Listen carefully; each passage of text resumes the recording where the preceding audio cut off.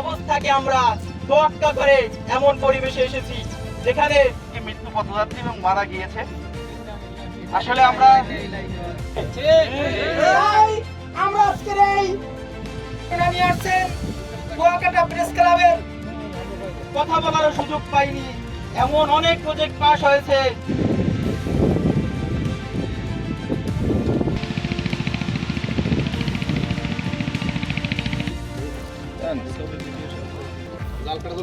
শেষ বিদায় দেওয়ার জন্য প্রত্যেকে জানাজা এখনই শুরু হচ্ছে। আসসালামু আলাইকুম ওয়া রাহমাতুল্লাহ।